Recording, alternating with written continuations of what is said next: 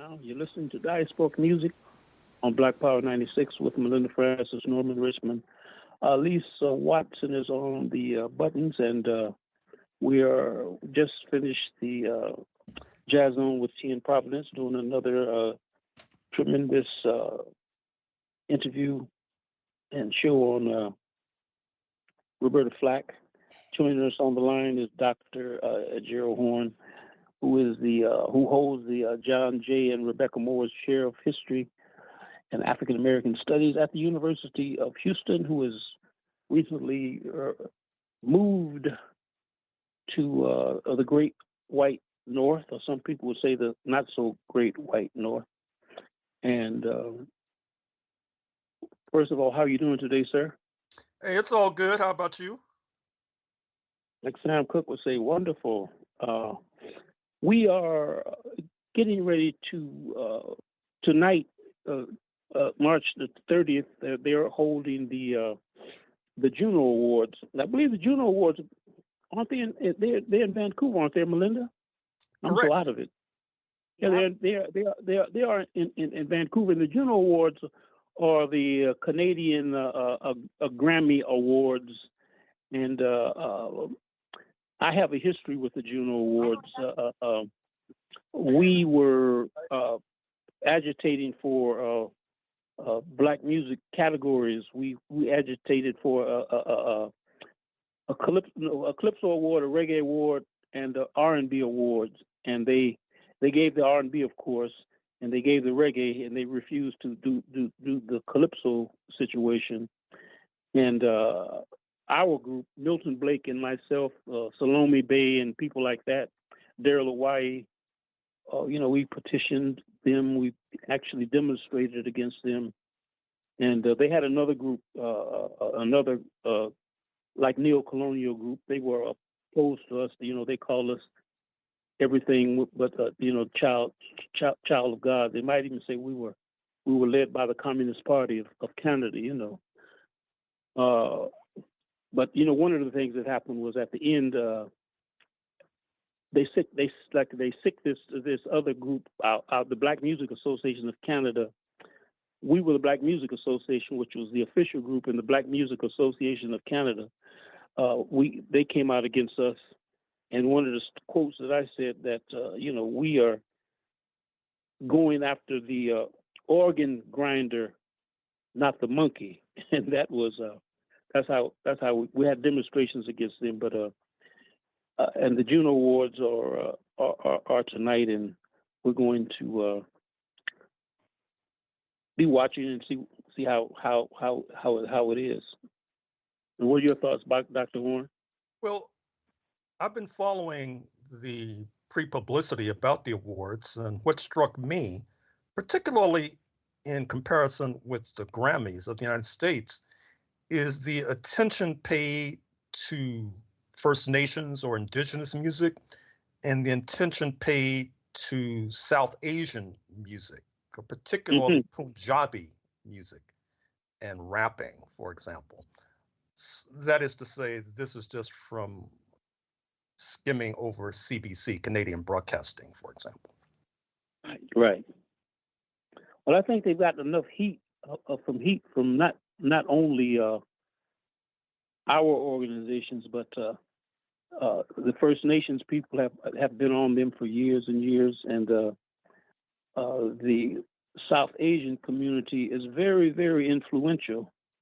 And Russell Peters is he might as well be a Caribbean person, because he grew up in Brampton, Ontario, with Caribbean folks, primarily Jamaicans. And Russell Peters, as I know people even listen to this particular show, non South Asian people, many people have heard of Russell Peters. He had a lot to do with not necessarily him, but the influence of the South Asian community. They have a real big impact in Toronto, in Brampton, Ontario, which is a suburb of Toronto. Let me put that out there. Hear, hear. Melinda, you want to kick it off? Yeah, we have a long list, so let's start with Signal Gate. Oh, yes, this is the controversy involving the Secretary of Defense, Pete Hegseth, the National Security Advisor, Mike Waltz, who is being accused of allowing accidentally, I assume, a journalist, Jeffrey Goldberg of The Atlantic, into a Signal, which is an app allowing for allegedly encrypted conversation or communication. And they were discussing attack plans on Yemen with quite a bit of specificity. It was a very curious, or it is a very curious scandal. Apparently, Mr. Trump is debating whether or not to fire Mike Waltz because, of course, even before he assumed the role of National Security Advisor, he was not seen as necessarily a true blue Trumpista. So he may have to walk the plank. Interestingly enough, Jeffrey Goldberg has a rather curious record. He had been a disciple of Meir Kahane, who could fairly be described as a fountainhead of Israeli fascism. Jeffrey Goldberg also served a term before becoming a celebrated journalist as a prison guard, helping to keep Palestinians locked up. He also collaborated, apparently, with then Vice President Dick Cheney in circulating misinformation concerning Iraq's connection to Al Qaeda. This is in the run up to the ill fated, ill advised 2003 US invasion of Iraq. So he is obviously not a saint, to put it mildly. There's a lot to be said about this scandal, not least being the fact that the United States is waging war on Yemen without a declaration of war from Congress, which is supposedly the congressional procedure, not to mention the fact that they're openly discussing war crimes such as bombing residences with apparently innocent civilians being collateral damage, so called. It's rather an odious scandal. And I don't think we've heard the last of it because, of course, we know that there are probably other Signal conversations taking place. And that you may want to ask, why are they using Signal when the United States government spends millions, if not billions, in terms of establishing secure communications amongst the political elite? Well, it's likely because they did not want their conversations to be subject to the Freedom of Information Act and other kinds of legislative remedies that Congress has established to uncover, unearth the more diabolical plans that the executive branch gets involved in. You know that then Secretary of State Hillary Clinton was using a private email service, probably for the same reason, not to mention the late Secretary of State Colin Powell, probably for the same reason. So there's a lengthy history of these executive branch offenders seeking to circumvent the prying eyes of whistleblowers and the public by using these private communication systems. You are listening to Diasporic Music on Black Power 96, and you're doing a lot of research on, since you have moved to this Great White North, on Canadian history, and why do you think that, why didn't Canada revolt in 1776? What is your research told us about that? Well, this is typical of the nonfeasance and malfeasance of U.S. historians, that they rarely ask the question of why other British colonies did not revolt in 1776. Least of all, why did Canada not revolt? And there are many reasons for that. Part of the reason is that the 1776 revolt was driven largely by slave traders in places like Rhode Island and enslavers in places like the Carolinas and Virginia. And even though Canada had slavery, it did not rise to the proportion that slavery played south of what is now the US-Canada border, not to mention the fact that there is the question of Quebec, heavily French, heavily Catholic, and is oftentimes lost sight of, that these rebels south of the border oftentimes were marked by Protestant sectarianism and anti-Catholicism, to put it mildly, and that was not necessarily a way to attract Quebec to their banner, being, as noted, it's heavily Catholic. But in many ways, what's happening now in 2025 represents the final chapter of 1776, or what might be the final chapter. What I mean is that in 1776, Canada said no to joining the revolt against London. And in 2025, Canada is saying hell no with regard to joining the United States of America. And once again, that strident opposition to joining the United States in 2025 should cause reflection on the part of these US patriots, so-called, because they keep telling us that they established this grand republic, the greatest nation on earth. And what I find interesting is that in the Canadian rhetoric that I hear, Canada, they say that they're the greatest nation on earth. And so they both can't be right. And possibly both are wrong.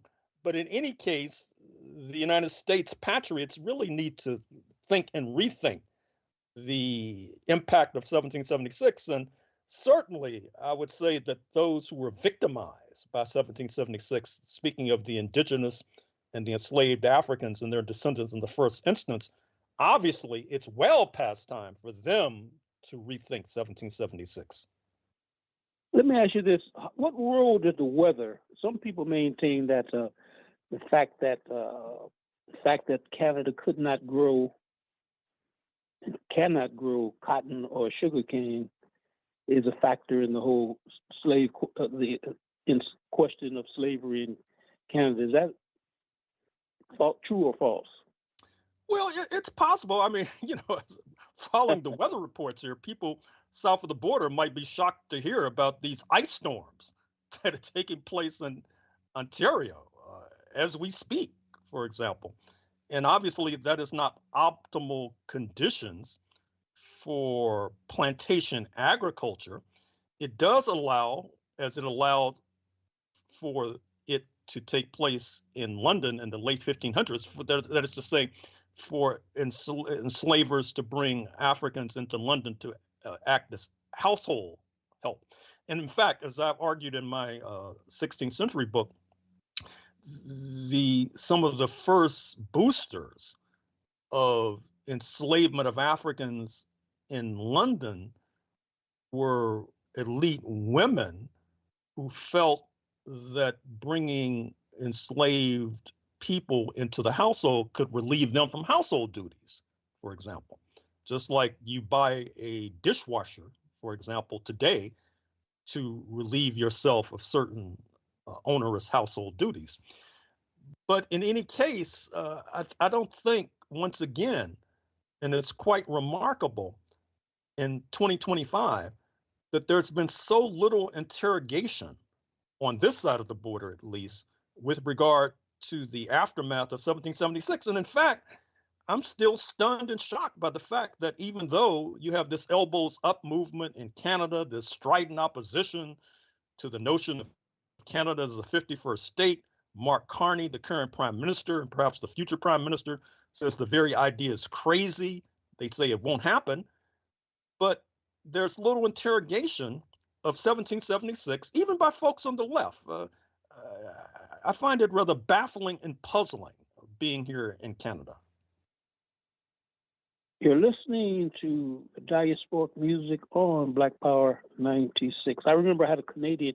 I used to went to Los Angeles City College, and there was a comrade of mine, a Jamaican sister, and we had a Canadian instructor, and we used to give him the blues about this particular issue. But I think Melinda has the next question.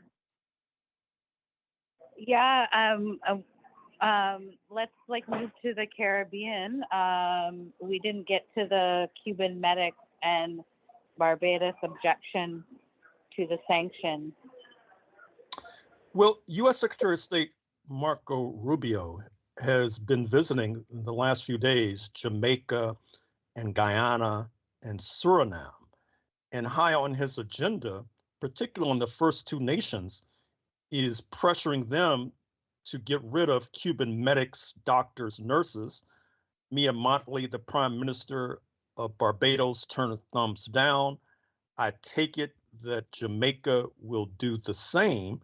But Marco Rubio is also concerned about the role of Chinese interests in Jamaica. In particular, you know that they built this major highway on the island and have other proliferating interests in this Caribbean nation. You also know, I'm sure, that a purpose of Mr. Rubio's visit to Guyana was to further complicate relations between Guyana and its neighbor Venezuela, given their territorial dispute that goes back decades, given the fact that U.S. oil interests have invested heavily in Guyana, for example. Now, with regard to Suriname, and admittedly, this is just speculation, I take it that that was added to the itinerary in response to what we reported a few days ago concerning a French nuclear submarine off the coast of the United States in Halifax, Nova Scotia, in the context of deteriorating relations between not only Canada and the United States, but also the fact that Prime Minister Carney, his first foreign visit was not to see the ostensible head of state, King Charles III, but to Paris to break bread with President Macron. And Suriname, as you know, borders what is called French Guyana, one of France's many colonies around the world, otherwise known as Cayenne. But you might be familiar with the movie from some years ago, Papillon, which details this prison site in Cayenne, in French Guyana, where Paris ordinarily and customarily sent its political dissidents. So, given the fact that Cayenne, French Guyana, is the site today of a major European Union and French spaceport, that Mr. Rubio might be seeking intelligence on France's activities in that regard, hence the visit to neighboring Suriname. You are listening to Diasporic music on Blackfire 96. Now, we wanted to talk about, what is taking place with the ICC and Duterte, the Filipino young man. He's in big trouble. But do you feel that the Filipinos have been not been given their due in terms of how much they have resisted? The image of the Filipinos, or basically they laid down and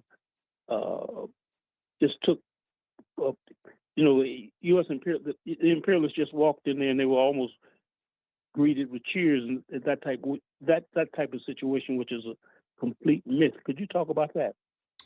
Well, indeed, as you probably know, I'm writing a book on Hawaii's the takeover of Hawaii by U.S. imperialism, a budding U.S. imperialism in the 1890s, which was a stepping stone to waging war against the erstwhile Spanish colony known as the Philippines. And we know that thousands of Black American soldiers were dispatched to the Philippines. A number of them defected to the rebel side, to the Filipino side. Their descendants continue to reside there. That'll be a major chapter in this book that I am now writing. Look for it next year. With regard to Mr. Duterte, who preceded Ferdinand Marcos Jr. as leader of the archipelago, he has been accused, and I must say, in all fairness, quite credibly, of being involved in killings of alleged and purported drug dealers and their customers. Obviously, he's no choir boy, speaking of Mr. Duterte, But in order to understand why he has been detained and bundled off to the International Criminal Court, or the International Colonial Court, as some might have it, is because during his administration in the Philippines, he was courting China. Bongbong Ramos, to use his nickname, the current leader, has pursued an opposite, an opposing course, and Mr. Duterte got caught up in the vortex. He's paying a price for his foreign policy, because we all know that there are a number of miscreants that need to be bundled up and sent to The Hague.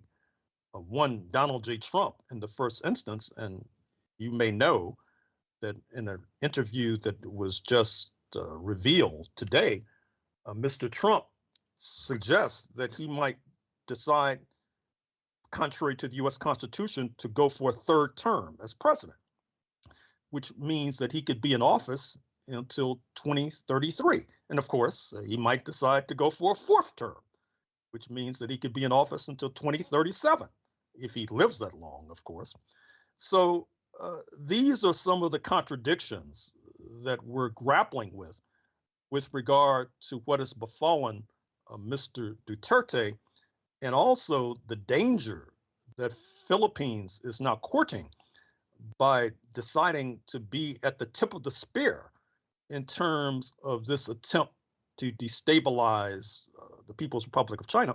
And I should add another point here. Recall that we've talked about in the past this new Cold War with regard to the People's Republic of China. And in that regard, the U.S. is contemplating having a kind of tax put on any Chinese ships that go into U.S. ports as a way to curtail Chinese exports, and in fact, compelling Canada, Mexico, other nations to have a similar kind of tax, which would choke off, they think, Chinese exports. But also, it's interesting to note that Mr. Trump announced at his early March talk before Congress that a Hong Kong firm that controlled part of the ports at the Panama Canal were forced to disgorge that interest to the U.S. firm Blackstone.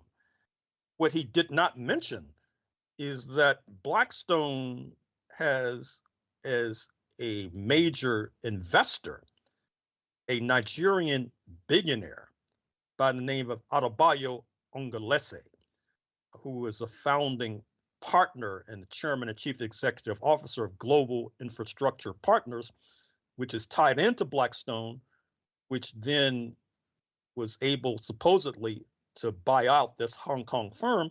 I should also say that Mr. Ogunlesi, in addition to being a Nigerian descent, also served as a clerk on the U.S. Supreme Court to former Justice Thurgood Marshall, the first Black justice on the U.S. Supreme Court.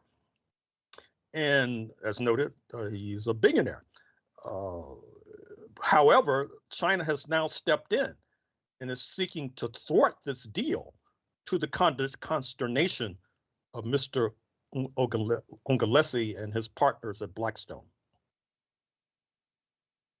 Do you think some of our Black nationalist friends would be upset about that? Well, possibly, but if I may, let me ask you another question, which is the Black folk you talk to in Toronto. What are they saying about a possible U.S. takeover and the elbows up movement? Do they feel that this is much ado about nothing? Are they in favor of the U.S. takeover? Are they against the U.S. takeover? What say you? I'll go first, Melinda. I think they think that Donald Trump is a madman. The majority of the people I speak to, Black, white, whatever, very few people. I think they really think that he is Alzheimer, pleurisy, whatever, all of the mental stuff. I think people, and I think they basically say this man is he's off the hook, you know. And no, I don't hear too much. Even the right wing commentators, you know, like you have radio station 1010, which is you know, that's like many people on that radio station 1010 are, you know, they're to the right of Hitler. Even they are critical of Trump because he's too arrogant. Yeah, I agree with Norman. I think you know, on this side of the border, we're pretty much you know, opposed to the Trump takeover. But I think they're also sort of naive in saying that it's not going to happen because it's kind of ridiculous. It's like a gong show, but at the same time, you know, they're taking land in Greenland. So what you know, it's a possibility. So I think we should have more kind of take it more seriously. And it's not just a gong.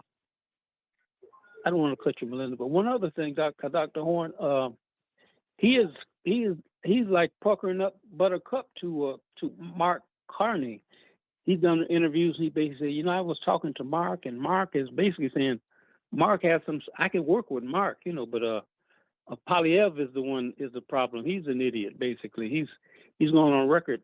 I guess you've read that. You've been following that, right? Oh, sure, but that might just be reverse psychology of the shoe. Yeah. I mean, he feels that if he says something positive about Carney, then the Canadians will get upset with Carney, and you know, Trump. You know, this guy, he's a dime store actor, basically. But before time disappears, let me mention.